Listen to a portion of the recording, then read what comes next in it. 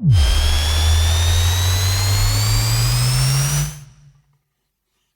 the gym and in the car, with our advice you could go far. We fuck things up and we make mistakes, and talk about our sexy dates.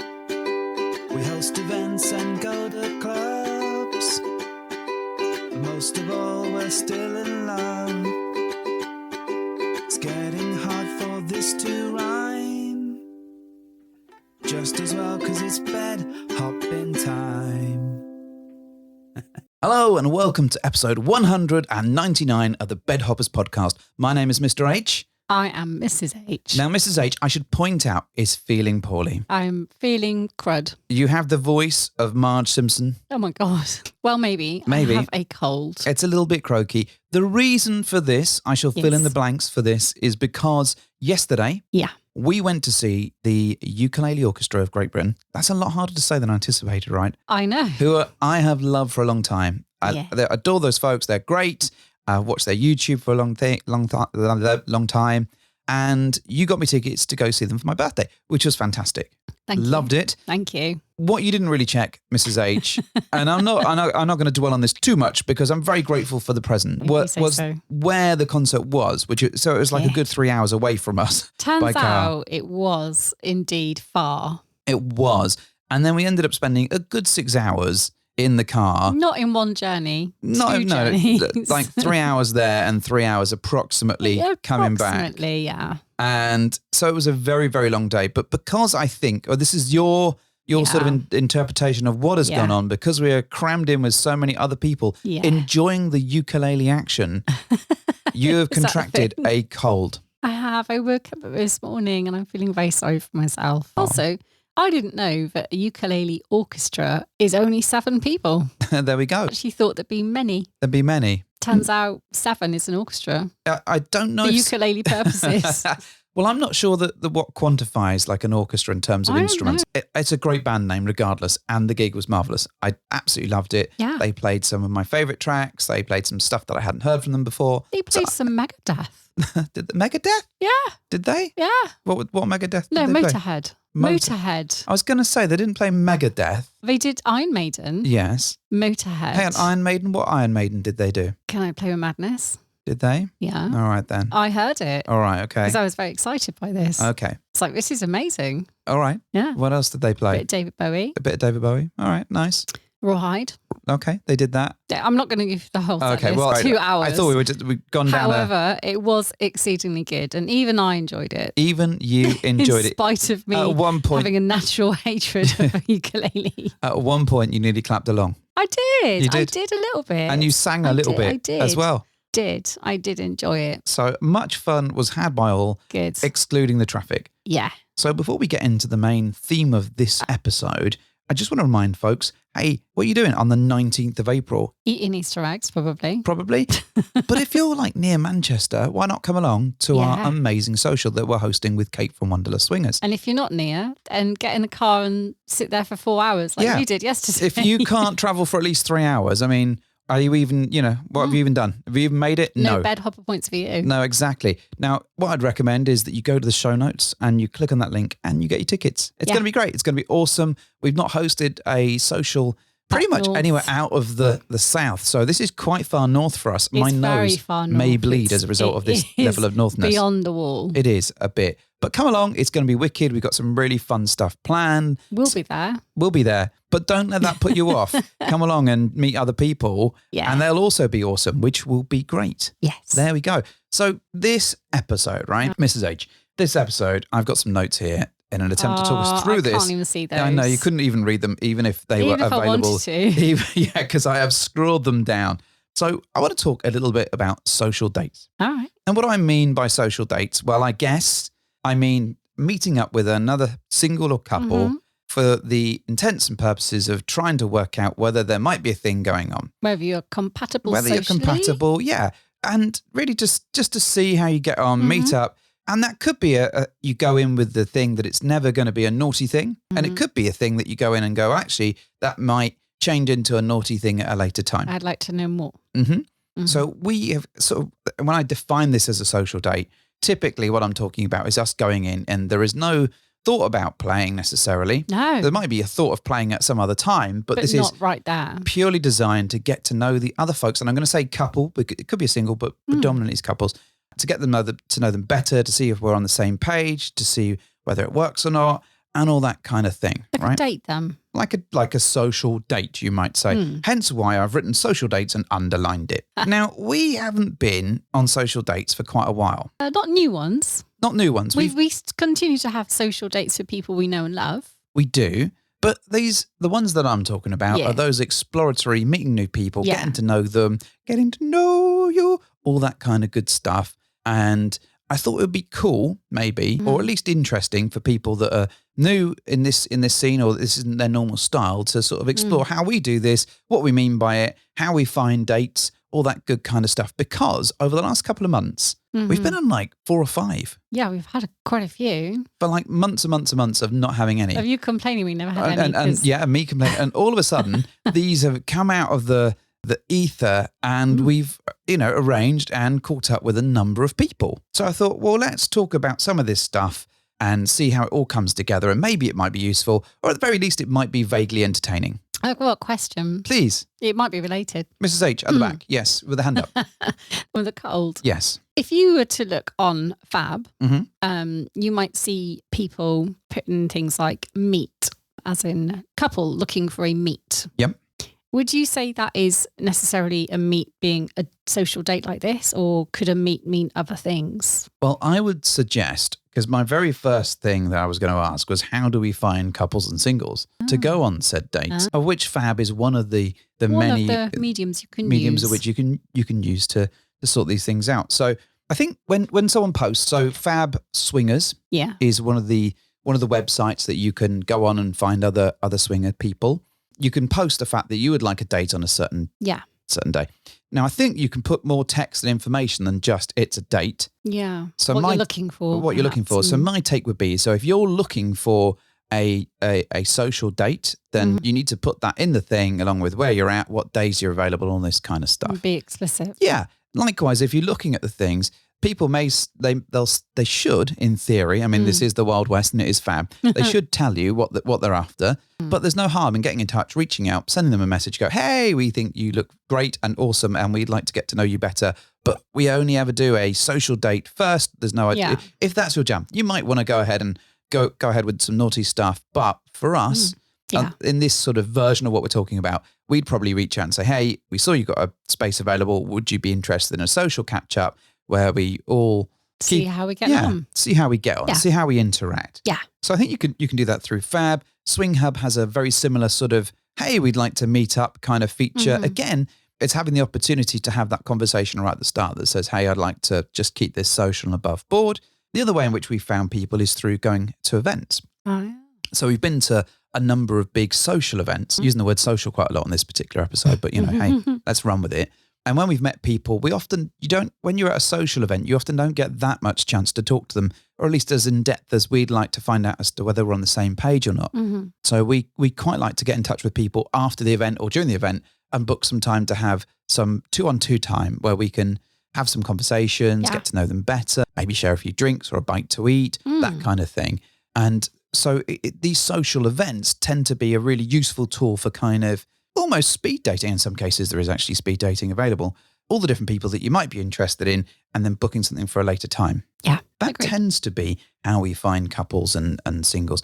Sometimes they contact us. Yeah. And over the last couple of months, we've had 2 or 3 couples that have been in touch and said, hey, we'd like to catch up with you. And we've also reached out to some other couples and met them too. I like the term we. We. Mostly mean, of course, you.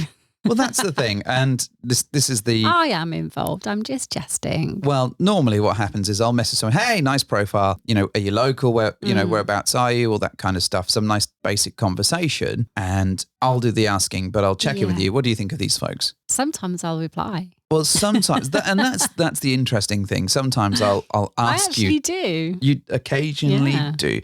But that's broadly how we find people. Yeah. It tends to be through the people just posting that they like it, they'd like a date. Sometimes people just straight out message and say, hey, we like your profile and would like to get to know you better, which is cool. And other times it's through like the social events and sort of booking something for another time. We've not really had sort of recommendations of friends and all that kind of stuff happen, but that does apparently happen. But it's kind of rare for that to happen for us. Hey, I know these people, you'd love them, or something was like that. Has occasionally happened, but hasn't happened recently. So in the recent examples, there's certainly been mostly people reaching out to us and or getting in touch with us, and then me going, hey, you seem to be quite close. Why don't we just have a drink and then we can all have a nice chat and then get to know each other better? Cool. So, Mrs. H, question for you. How do we communicate with these couples? Do we keep it on the app? Do we take it to WhatsApp? What's our normal approach? Excellent question. I think initially we prefer to keep the communication via the way in which we found them. So on Fab or Swing Hub, whatever that is. Yep. Certainly until we've met in person. It's generally speaking a little bit more, I suppose, a safety net, because you don't want to be giving your number to people you've never even met ever. So I think initially we keep that little flurry of message exchanges on that particular platform. Yeah. We typically, I don't like messaging on either Fab or Swing Hub, if I'm honest. And I'm often very keen to move the messaging to another platform as quickly as I can. Mainly because I'll be more inclined to see it and reply to it myself. But if someone asks you to do that straight away... I wouldn't. Yeah. I would refrain from that. It's a bit of a red flag for me. And I think let's just put our safety first and protect our identities a little bit if we need to. I mean, for all you know, you may meet these people and, you know, once they've got your number, well, you're opening yourself to all sorts of stalkery, maybe. I don't think I'm particularly worried about stalkery behaviour. I think sometimes you can find people on Facebook quite easily just by having a WhatsApp number. Yeah, this is true. That has happened in the past. We use a variety of different chat platforms. Once upon a time, it was Kik. Oh, and that is now a wretched hive of scum and villainy. It's dreadful. So but it was a very good safeguard. You know, it was private because you didn't have to give your number. No, and I think understand that helped quite a bit. But I now think that we tend to use WhatsApp for convenience because our friends are on WhatsApp. Yeah. And the conversations that we have day to day are all through that platform. We use Telegram a little bit, but not massively. Wire. And we haven't used Wire in a long time. But we had at one point dabbled with that when we heard Kik was going.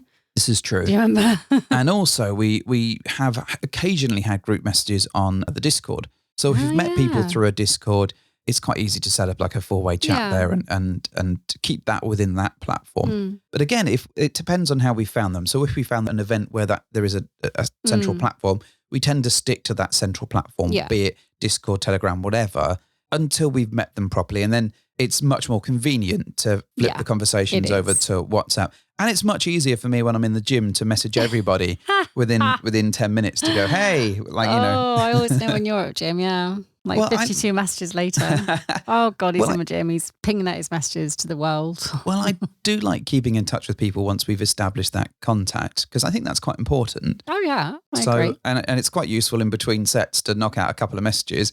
And then... I thought you said in between sex. No, sets. Good Lord, man. Let's talk about sets, baby. Like exercise. Sorry, I'm just going to stop having sex with you, Zach, just so I can send out these messages. Do you even lift, bro? Do you even lift?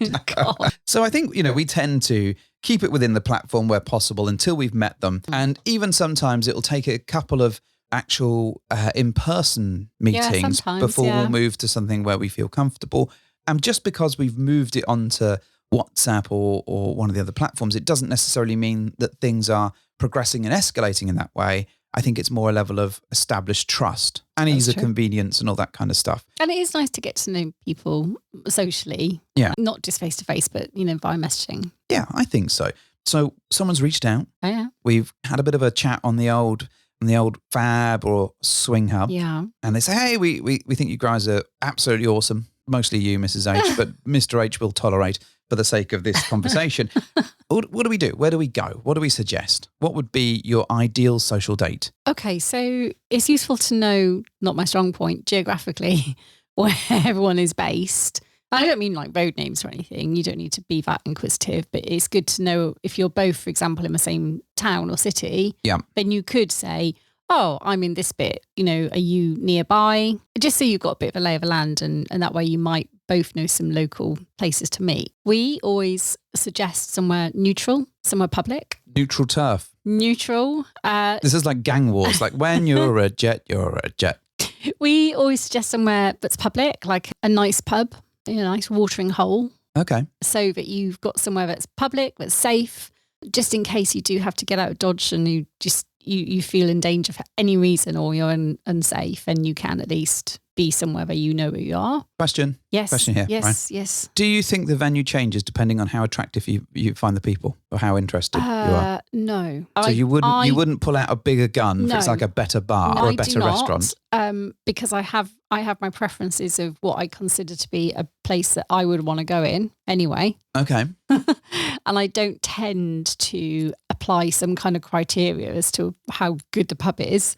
I go somewhere where I want to go and I suggest it and say, do you know this place? I like it. What do you think? But I'm also open to other suggestions from all parties. I don't tend to do it in a way of packing orders or anything. I do think it also depends on the night, because if you're going midweek, right, then you're probably going to go with just a standard like country style pub type thing that's got spaces for you to chill out in and have some conversation. Because you're not going to go crazy. One of you's going to be driving, presumably if it's a weeknight. It's not like a going nuts kind of let's do shots on a Wednesday.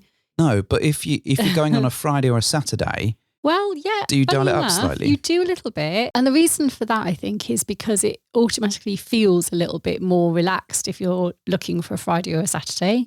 Okay. And sometimes I know that's based on people's childcare arrangements or just whatever they can actually commit to. And that's fine. But I do also sometimes get a vibe that a Saturday night is like fun.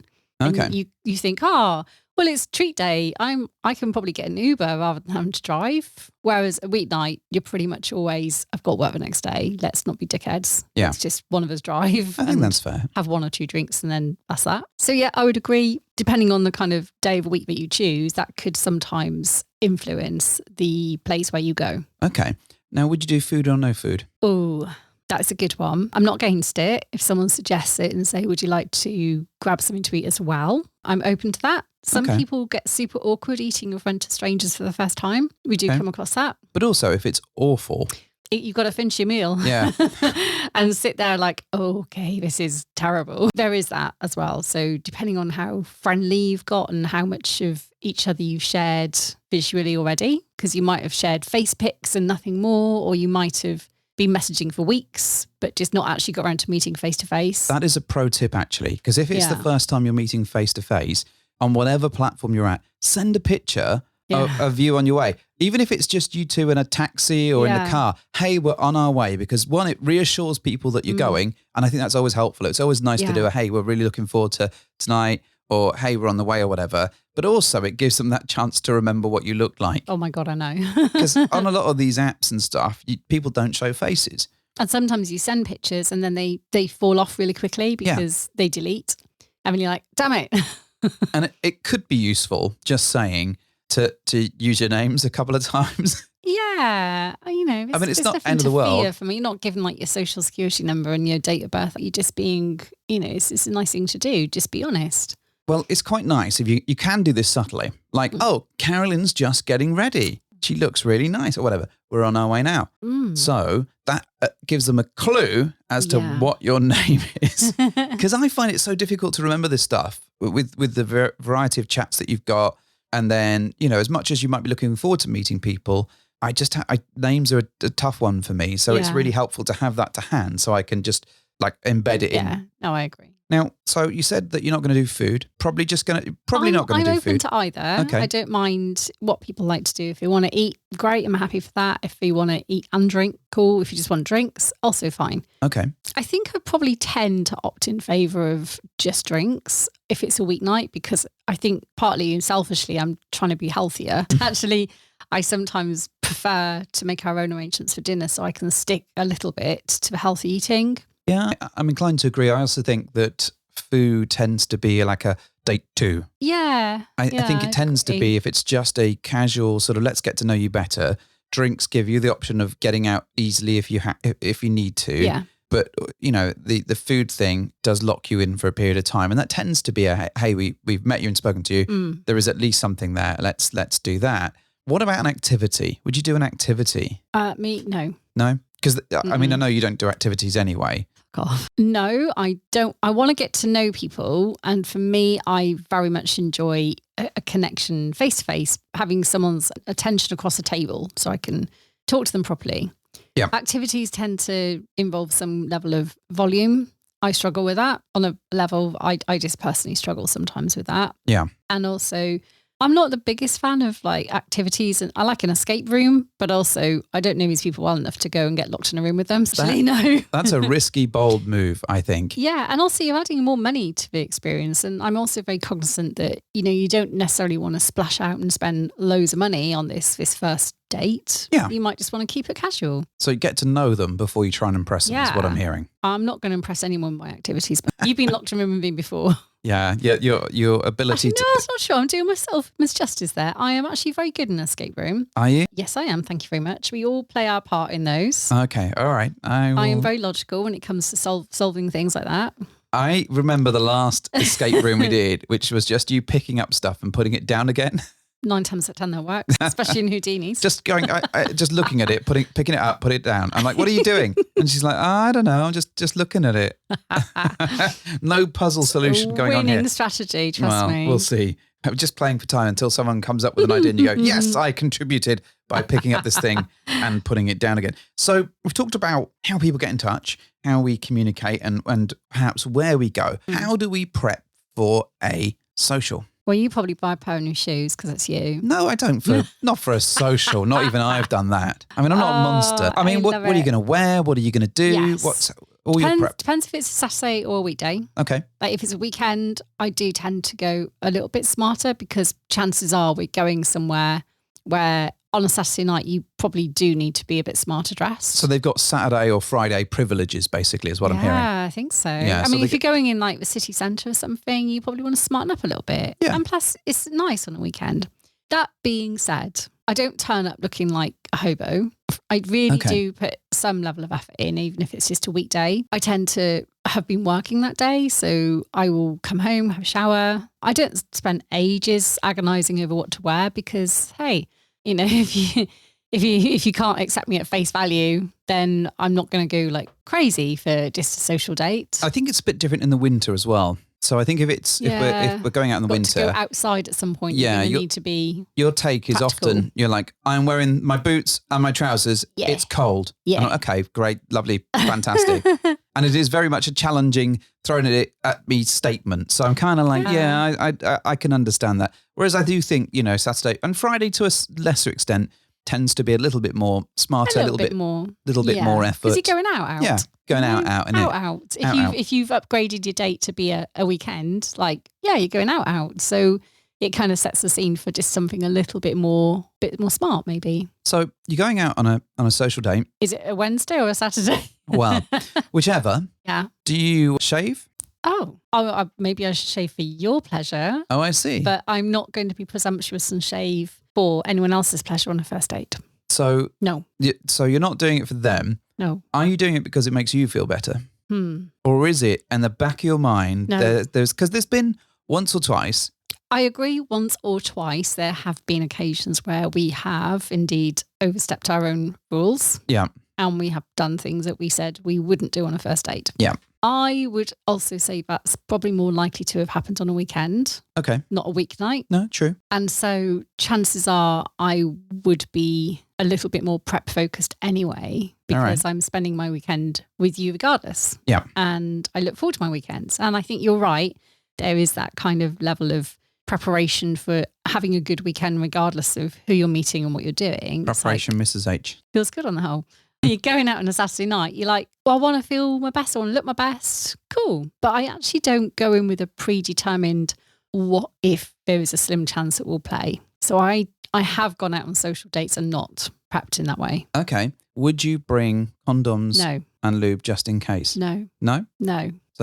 So you rule it out. I am quite resolute now, but if I say I want a social date, I mean it. Interesting. And I think I've changed my approach to that over time. Because the person that's broke and escalated those me. moments is you. Correct. So it's quite an interesting one that I agree. And in retrospect, I don't agree with my judgment on those situations. I think I would have preferred to have not broken my rule and actually done it the right way. Okay. I'm not saying I regretted the encounters per se. I do regret my hasty judgment of jumping into something that I was probably not prepared for and I hadn't discussed with you properly. Okay. No, so that's fair. Yeah. I think there is in the back of my mind, there is always the possibility that could happen because it's happened before. So there is it's not that I go in wanting that to happen, but I do tend to have okay, if this were to escalate, what do I, or you were to try and escalate, where am I at and how do I feel?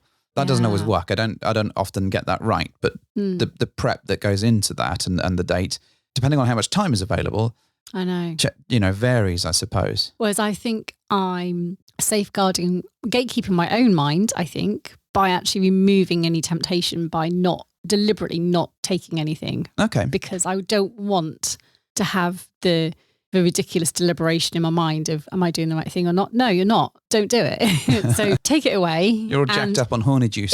If you really want to see me that much, then we'll arrange a second date. Yeah. Okay. So no, that's fair. Don't be a dickhead about it. I think that this is my pep talk I'm giving myself right now. Okay. Don't be a dickhead. Go home with your husband. Talk about it properly.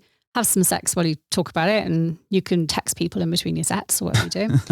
And then going for another date with a level of preparation that is worthy, actually, of the time that you want to spend with these people. Okay. Don't half-ass it. I should never half-ass it. If you're going to go for the ass, you might as well full-ass it. What I will ask, though, what does a typical date look like for you then? Or for us? Okay. Like, are we early? Like, describe walking in. How do we get there? Where do we sit? What are the interactions like? It's me, right? Am I ever early for anything? Never, ever. I have, on the last few occasions, managed to be either on time or, more luck from judgment, early because they were late. Yes. It's a win and I'm taking it. I don't care. Yeah, other people's ability to arrive on time. It's an interesting one. You kind of go in with do I want to be the first one to arrive and have that awkward, are they already here and at a table because I can't remember what they look like? Or do you want to be fashionably late in the hope that they've already got the table and they're waiting for you? So I think on balance, it's probably better to be early if we can. Yeah. I quite like being early, scoping out the place, looking for a brilliant table if we haven't booked one, and, getting my ducks in a line, as it were, and like having the 5 minutes with you. That's really not the phrase, though, is it? You know what I mean? You get them in a row. If you get them in a line. Oh, I'm going to get them in a line. It's like a shooting line. I don't know why you're attacking me about this. If I want to get my ducks in a line, I'm going to do it. Or a row. So, either way, there's ducks and they're going to line up. All right. So you've lined your ducks up. You've arrived early. Yes. Let's assume I'm early. Let's massively assume that you are early. Better. Okay. So are you gonna sort of face where they may come in? I find a table that is very practically not in a draft. Okay. I don't like being near a door because cold. I like sight of the facilities. So because I like to know where the bathroom is, and that's just good to know for me. But you like sight of the facilities, I so like you can to know watch where them. they are. You like to watch people going in and out of the toilets. No. So you like to know where the toilets are. Yes, I like to scope out. I mean, chances are I've been to this place before, but sometimes you do go to somewhere you haven't been for ages, or you just don't. Without fail, we get to a place and we sit down.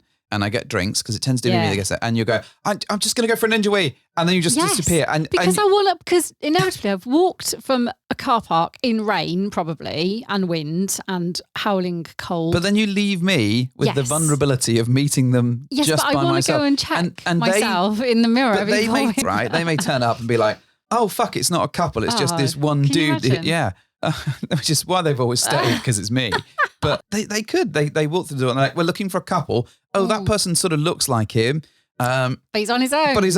Where is this woman who has no bladder control at all? It's not even about the fact that I need a wee as such. It's more that I want to go check that I don't look like I've been dragged through a hedge from walking across a car park in inclement weather. Yeah. And just like check myself in the mirror and go, yeah, I'm good. I'm all right. Check yourself before you don't wreck yourself. Yeah. Just be visually having a quick check of myself to make sure I think, all right, you're good. Get back to the table. So then it's very quick. Do you when they turn up and you do the inevitable, like awkward, hey, like, and introduce yourselves and you go around the table or whatever. And do you give people a hug? I'm a hugger. You're a hugger. I like to be tactile, but I always ask. Okay, that's good. So I don't assume. And typically I think it's well reciprocated and people do tend to lean in for a hug naturally anyway when you're meeting. But it's always good to ask. And you don't do the whole French sort of kiss on the cheek. No, God no. Some people do though. They do, They absolutely. But most more often than not, I will, grasp their hand as they're kind of extending it to each other, which is nice. And then as you're kind of like doing that, you just like, are you okay if I give you a hug?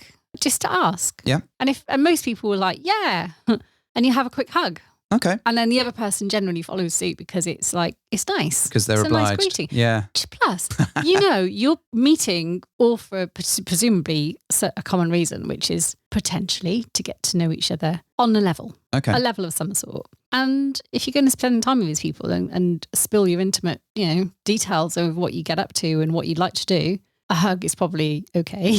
But yes, make sure you ask. Okay. So my pro tip, while it's in my head, because I've got a number of pro tips that are buzzing around, is that if you are there first and early, why not message them and ask what drink they'd like and tell them where you're sat? You often do that. Because I think that's like, I don't like when I'm turning up to a new space and I don't know the people, I don't want the awkward, like talking to the waiter or whoever, staff there. I'm here. We're waiting for and often you don't know people's surnames because, secrecy and all that. And that's fine. You don't need to. And it's like, it's Dave and Zoe and then you're just looking around scanning and hopefully someone will wave at you. A couple of times people have waved towards us and it's not been the people that are meeting. Yeah, that's happened. And we've sort of started walking over and it's someone behind us that they're, so that there is it's helpful to, again, this is our table. We are sat here. This is what we're wearing just to ease that pressure of walking into a room and not knowing what you're going to find. And you can't guarantee we're going to read the message because, Fab's really annoying at that. It doesn't give you an notification, but you've tried. So that's the thing. What about, where do you sit? Does that matter? Is the seating arrangement important? I like to sit next to you. Okay. At least for a first date. Okay. Because I like presenting us as a couple. Like we're interviewing? No. So why did you want to join the Bedhoppers Incorporated? I like to be able to hold your hand. I want to be able to touch your knee, or I just want to be able to touch you if I want to. Okay. Not from like a, oh my God, help me, but more in a reassurance, or I like to be tactile with you. Okay. And so it gives me safety and reassurance to know I'm sitting next to you. All right. I'm also a little bit reticent actually to immediately mix things up and have you sit next to, say, the other lady, because I don't necessarily want to send the wrong message and be like, oh, hey, here's my husband, he's up for it.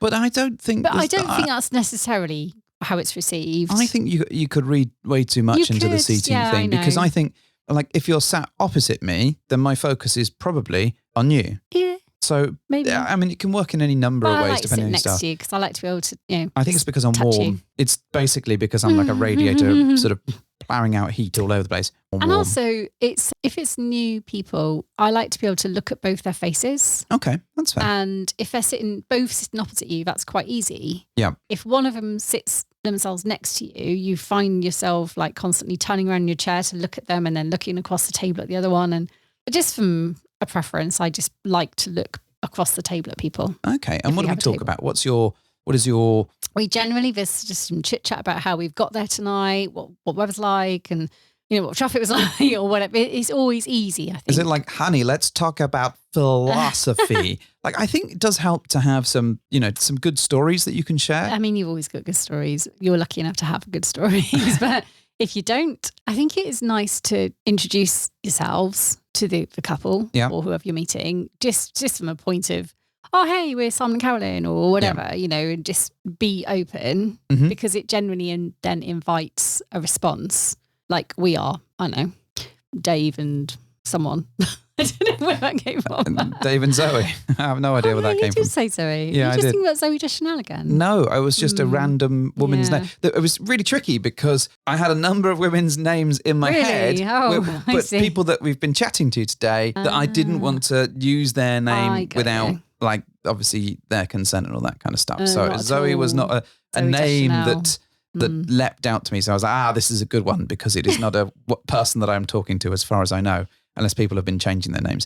I think there is a safe space around you kind of do that general chit chat, and I think you try and find things in common. And it's quite an interesting exploratory sort of conversation because you don't quite know where it's going to go. Inevitably, you do end up with the usual. So what do you do for a career? Sometimes. That not tends always. to, well, it tends to be one of the easier ones. But some people don't like divulging that. Well, I think it's okay to ask that. It's okay to ask. It's not okay to ask how much does that pay. That's considered generally quite rude. But then you do so how long have you been in the lifestyle? How did you get started? And then we inevitably get so what made you do a podcast? I think probably maybe people find it easier to talk to us for that very reason, because we actually naturally have, conversational aspects to us that are quite easy to tap into. Plus, I'll fill any gap in silence. I can't help but do it. It's like even at home, if I'm just by myself, I will be talking still. But I do think you can bring up lots of interesting things and explore all these sort of topics with people. I actually like asking things like how long have you been together? How did you meet? I like to know about the romance. I really thrive on seeing how connected a couple is together. Yep. And I like looking for those little signals. I like to pick up on the little bits and pieces where I can tell they're a couple that are in this for the good reasons. And you can tell if they're together on this one. You can tell if they're in love. And I like hearing about, tell us about how you got together, and it gives them a chance to big each other up as well and just feel more connected to each other, I think. I agree. And I think if you don't at some point whip out a picture of your pet, have you even had a social date at some point? It's nice to see that love, I think. I agree.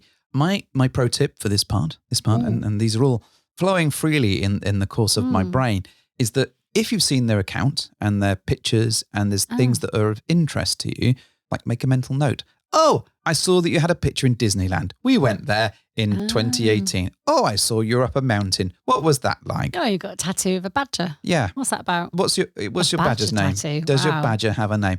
All that stuff gives you an in to have conversations. So if you find it a struggle to have conversations sometimes, or you find it hard to sort of break into that stuff, you can use those things and their pictures and their profile to kick off a conversation. Great. And so we had a really interesting message on Fab quite recently where the couple were quite nerdy and their profile was very much like a nerd's dream. And so they were like, what do you think of our profile? And I was like, well, actually, that gives me a real easy way to talk to that couple because I know this is the sort of stuff that they like. And that gives me even if I don't like it, like, oh, I see you like comic books. I've never read a graphic novel. How did you, that sort of stuff. Yeah. I know, and I appreciate this is very much like, this could be seen as, teaching people to suck eggs. But I think sometimes when that social anxiety hits, you can sort of really be a big step to make those little things to get things moving. Otherwise you could potentially be sat there in silence. And heaven knows we've been to like socials and stuff where that's been the case for a little bit. These cues give you an in to talk about things, or if you've seen an outfit or whatever. I think it's a fine line between stalking their profile. I saw that you used a semicolon instead of a colon on the third line of your profile. Does that mean you're an English teacher in the school? Come on, tell me. I wouldn't go to that thing. And also, I think going, oh, I love the picture of you in the red dress but it gets a little bit too much and a little bit stalkery. So it's a fine balance. But I think as a pro tip, it's a useful thing to have in the back of your mind to have those conversations. Now, at the end of the night, it's been a great conversation. We've had a lovely time. The date has gone well. We have gotten to know these awesome people. It's got a little bit flirty, not too flirty. Like no one's giving anyone a hand job underneath the table or anything like that. I hope not. No, not this time. Nice country pub on a Wednesday. Exactly that. What happens? Do you kiss them goodbye? Do you give them a hug goodbye? No, this is the bit that is a bit of a minefield to navigate. And I still find it a minefield to navigate. And not a minor field. No, not a minor field. A field of miners. Absolutely not a field of miners, no. I actually do sometimes still feel a level of nervousness and apprehension when we get to the end of a night. Okay. Is that because we don't necessarily know where we're at between you and I? There's a lot of reasons. I'll try and narrow it down to 3. Go on then. Yes, one of the reasons is we haven't talked, so we don't know how we both feel. And that's really important. It's so important to know if you're on the same page, if you're like, wild extremes and one of you is really into it and one of you isn't. Yeah. So it's really important to have that conversation. Mm-hmm. The second thing is you don't know how they feel about us until they've done the same, presumably. Yeah. The third thing is it can create the wrong message and give people false hope if one of or both of you are like, absolutely not, this is not ever something I want to pursue. By making an intimate kind of move at the end of the night, it can be a bit unkind if you're not having any intentions of seeing them again. But you won't know that until you talk to each other, right? This is the thing. And it's like, how well do you communicate when you're not talking? Yeah. Or do you just text each other? That'd be quite funny. But then it'd be really rude, wouldn't it? And it's like, gonna make out with, oh shit. So there's that. And it can be also really awkward if one of you then leans in for a kiss with the other person and the other one doesn't. Yeah. That's the bit I find awkward because it leaves the other one hanging awkwardly in the car park going, well, those two are kissing. Oh, because you don't want to then, just because you two are, I'm using you as an example just because it's easier. All right. So if, for example, we're at the car, we've walked to the car together as a four, we come to the let's give each other a hug goodbye. Yep. Four lots of hugs. And then I hug, I don't know, her goodbye, for example. Yep. And then go to hug him goodbye. And then as I look round, you're not hugging her, you're kissing her. Okay, well, it's a step up from fingering her in the car park. Wow. So crass. So at that point, what does that person do? Do you go, oh, crap, they're kissing. I now feel obligated to, upgrade my hug with him to a kiss. Yeah. Or do you like stand there awkwardly waiting for you to finish and go, well, I'm not doing that just because you are. You just don't know. It's a challenge. Really awkward. It's a challenge. And I know that we've both been on either side of that fence a number 100%. of times. This is why I'm saying it. We've both absolutely done it to each other. Yeah. And it has felt really awkward. And sometimes you don't know if that kiss is going to happen until the moment that it does. So there is this whole tricky, difficult thing that neither one of us has got right. So we have nothing to offer you here, gentle listener, other than the fact that this may happen to you. Do you know what? It is absolutely true. You probably will happen. It inevitably will happen. And there is no right or wrong answer, unfortunately, unless you both have absolutely in agreement before the date said, under no circumstances is one of us going to kiss the other person goodnight without some kind of check-in. Okay. Unless you've explicitly said, caca, that's not happening.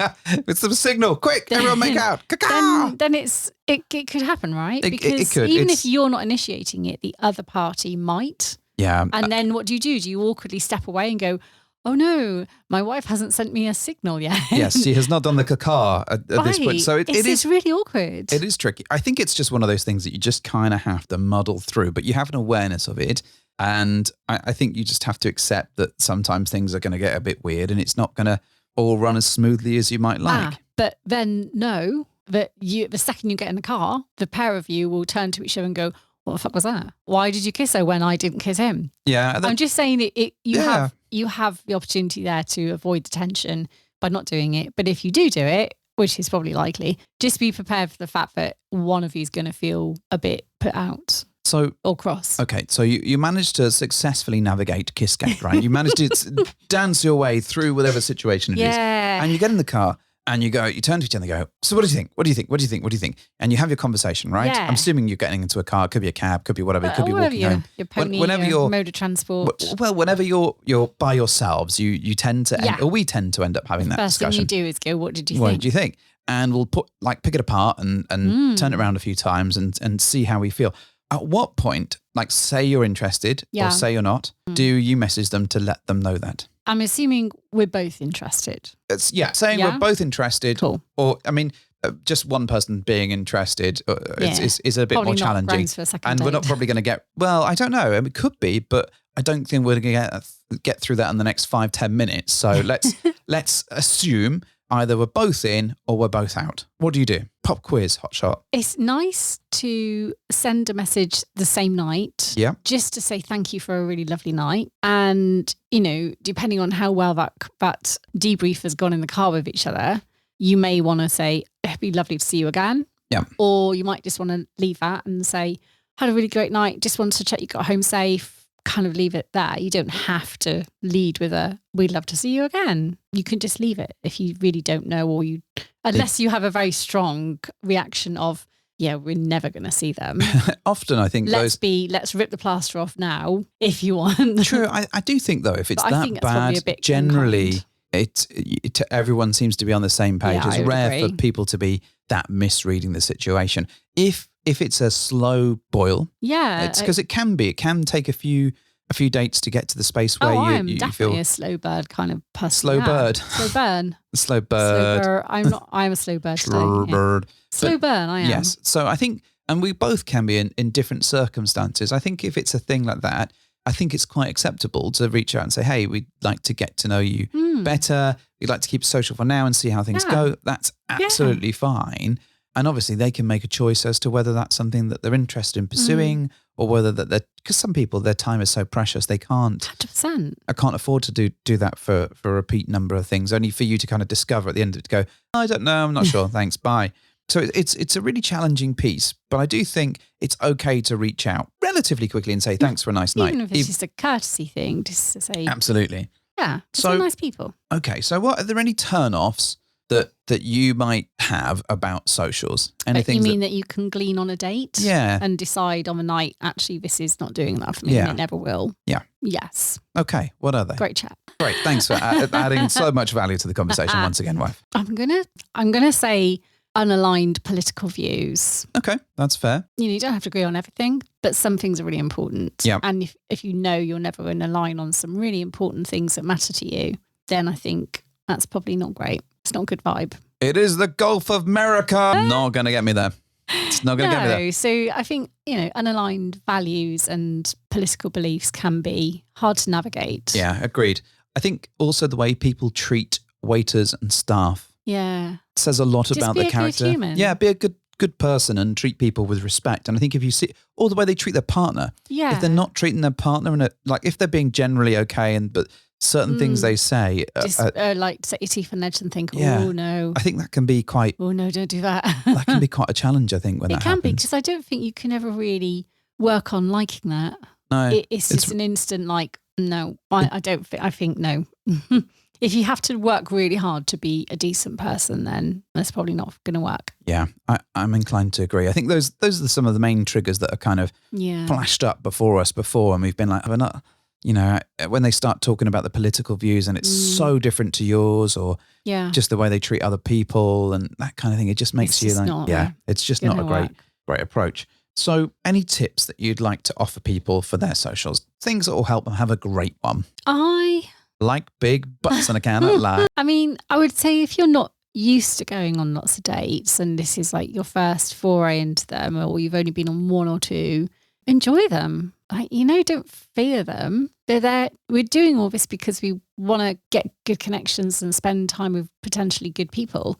Whether that becomes more or just stays friendship, I still very much value the amazing friends I've made in this. Yeah. And so I like hanging out with people and meeting people and getting to know them. So, and I enjoy that. So, don't fear and get so nervous that you end up just necking like a bottle of wine as soon as you get there because you're so nervous, because then chances are that date's going to go tits up anyway, and not in a good way. And not legs up. We've all been there and been like super nervous and fuck things up a bit. We've seen that a lot as well. We've seen people get so nervous about meeting that they've spoiled it for themselves. It's a tough balance, I think, particularly when it comes to drinking. I think drinking's always a bit of a funny one, isn't it, to navigate? It is, and I think that's why for your first sort of interaction, it's probably best to, if you are going to drink, just to limit yourself a little bit and just ensure that you're focused on the other people rather than your nerves. And I think if you focus on the people, then actually your nerves soon dissipate because you'll be having, hopefully, good conversations and a good time. And then my other tip, I think, would be around safety. Especially if you've never met these people face to face, then just be sensible. Go somewhere that you know, if possible. And if you can't, then make sure you take a picture of a landmark near you so you know where you are, or let someone know where you're going. Just be sensible and safe, because you may need to make an unexpectedly quick getaway for some reason. We hope that you don't, but you never know. So just be safe, sensible, public place if possible, so you're not putting yourself in any kind of danger. Yeah. I think it's probably also sensible to, in your mind, maybe have a bit of a time frame around it. I mean, some people need to have a time frame because they have childcare commitments, right? But there's nothing wrong with saying, right, nothing wrong with, we need to be home by X time. We've got to be up early or whatever. Or just saying, this is when we're available. It'd be great to meet you for that period. That. And I think that does manage expectations. It takes away some of the awkwardness if you do need to leave at a certain time, and it takes the spotlight off of them being a problem and moving it onto your timing being more of an issue than anything else. And I think that can be helpful. Yeah. So I think those would be my main tips. I mean, there's tons of other little ones as well, but I think we probably covered them as we went along. I think so. I think the other thing that I would mention just before we close this one and bring it to a close is that some people choose to have socials at clubs. Now, I think this does muddy the water a little bit. At a club? So, and quite often you'll hear people recommending that they meet someone at a club. And I think the idea being that is if you don't get on, doesn't matter. You've still got a whole load of other people there that you can go off and meet. And if you do, happy days. Yeah. But I think that adds a whole other level of complication and pressure that, great. If you live 2 minutes away from the club, great. Why not? Knock yourself out. But I think if you have to travel, if it takes you time to get there, if you have to invest in doing that, I wouldn't recommend it unless, it's not for me. Unless you do want to escalate. And I think... Yeah, I mean, some people meet with the basis that the understanding that if everyone's happy, we're going to escalate. Go for it if that's what you want to do, but it's not my way. It's not your way. And it's your way or the highway, basically. Well, you both got to agree, right? Yeah, you got to keep rolling. I was going to say something else. Oh, I was going to say another red flag for me would be if someone you never met before said, well, why don't you come and meet us at our house? Yeah, I think that... For me, knowing what I know, having this not been our first rodeo, and we have been in that situation if you knew before, then what you know now that you're older. Yeah. I just think it's a recipe for disaster, potentially. I think it does invite a whole level of other issues that come in. My recommendation would be to keep things on a neutral turf. I mean, great. If that's all someone can do and you trust them and you're accepting of those extra escalations that come with that or could potentially come with it, that's fine. But keep your safety in mind. And my take would be postpone and try and avoid it if you can, because it's more often than not, when we've done that, it's never gone well. No. Well, I say never. Like more often than not, it hasn't gone well. It's not never gone well, but it's never been a comfortable evening for us. It's not, and especially when they're like, oh yeah, but our child's upstairs asleep, so it's obviously not going to be anything dodgy. You think, no. If you want to see us that much, get some childcare and let's go and do it properly. Yeah. Be safe. Don't do it. Be safe. Be good. Be kind. Be helpful. Be awesome. It might be my new sign-off thing. Something like that. Workshop it. A long t-shirt. 6 days later. Be good. Be great. Be fabulous. Be shiny. Be sparkly. Be great. So great was so good we put it in twice. Be great twice. Anyway, I think that's come to its natural conclusion. What I would say is if you've got any top tips that you'd like to share with other listeners, get in touch. Send us an email. Send us a tweet if you're still on X. Not that so many people are these days. We're on lots of other platforms, Insta, Fam, Send us an owl. No one ever sends me a bloody owl. No, that's very expensive. Very, very expensive form of but mail. owls like flying, so you don't actually pay the owl. But you've got to train the owl and purchase the owl and maintain the owl. But then you'll have a lifelong pet. A life of the owl. The lifespan of the owl. Until it fucks off and decides it would rather live in a barn than in your house. Great. Oh, absolutely knock out one, dear. That's perfect. Send us something that isn't an owl. Bats do not count either. Oh, send me a bat. No, don't. We're not having trained bats showing up. It's just fine. No avian deliveries for me. Yeah, then. just send us send us a regular message. Yeah, a regular message. Let us know your tips, your do's and don'ts. And if you've got a funny story about social, we'd love to read it out on air. That would be awesome. Now, next time round is our 200th episode. We're very excited. We are bringing some special guests back for this particular episode, not this one now, but the 200th. And it could be carnagey, it could be funny, it could be amusing, but we're going to see how it goes, right? We're just going to throw ourselves into the lion's den. 200. We're not going to do 200 of them. We're just going to. No. This will be the 200th. 200th episode. Yes, just the 200th episode. Nothing bad can happen. We hope you enjoy it when we get there. But Mrs. H, do your thing. Well, thank you for hopping into our bed.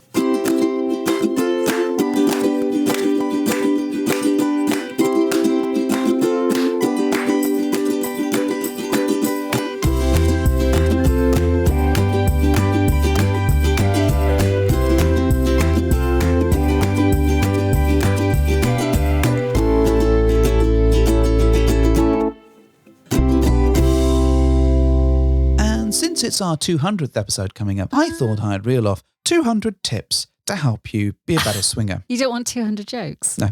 Tip number 1. Don't. You're not. You're absolutely not doing 200 tips. Tip number 1. Why not improve your profile? Take a new picture. Oh my God. Tip number 2. Hey, have you read your profile? How do I You end can this? rewrite it. How do we stop this? Tip number 3. Listen to the Bedhoppers podcast. Other podcasts are available. Tip number 4. Stop listening now. What? You said it needs to be more than just a tip.